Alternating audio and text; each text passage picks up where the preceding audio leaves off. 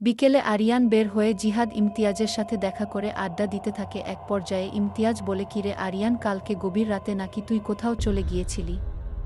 এই কথা শুনে আরিয়ান বিরক্তির সাথে বলে, তোদের মাথা ও আমার মা বাবার মতো খারাপ হয়ে গেছে নাকি? ওনারাও আমাকে একই কথা জিজ্ঞেস করতেছেন। তখন জিহাদ কথা অন্যদিকে নিতে বলে, বাদ দে এগুলা, আমরা একটু হেঁটে আসি। আড্ডা শেষ করে আরিয়ান বাড়িতে চলে আসে এবং রাতের খাওয়া দাওয়া করে শুয়ে যায়।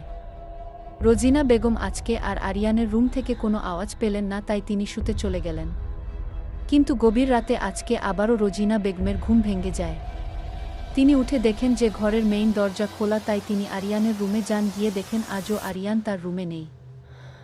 তিনি খুবই ভয় পেয়ে গেলেন। তিনি গত রাতের মতো আবার তার স্বামীকে জাগিয়ে তুললেন। অতঃপর তারা আবার আরিয়ানকে খুঁজতে লাগলেন। আরিয়ানকে খুঁজে না পেয়ে রোজিনা বেগম এক পর্যায়ে জিহাদকে ফোন দিলেন। ফোন পেয়েই জিহাদ ইমতিয়াজকে সাথে করে আরিয়ানদের বাড়িতে চলে আসে এবং তারাও আরিয়ানকে খুঁজতে থাকে। হঠাৎ করে জিহাদ এর মনে উঠল, ও আরিয়ান পুকুর পাড়ের দিকে যায়নি তো? এই কথা মনে উঠতেই জিহাদ সবাইকে নিয়ে পুকুর পাড়ের দিকে গেল, কিন্তু কেউ আরিয়ানকে ওখানে দেখতে পেল না। কিন্তু হঠাৎ করেই ইমতিয়াজ যেন কিছু একটা দেখে ভয়ে আঁতকে উঠল। সবাই তাকে জিজ্ঞেস করতেই সে পুকুর পাড়ে থাকা কদম গাছটার দিকে ইশারা করল।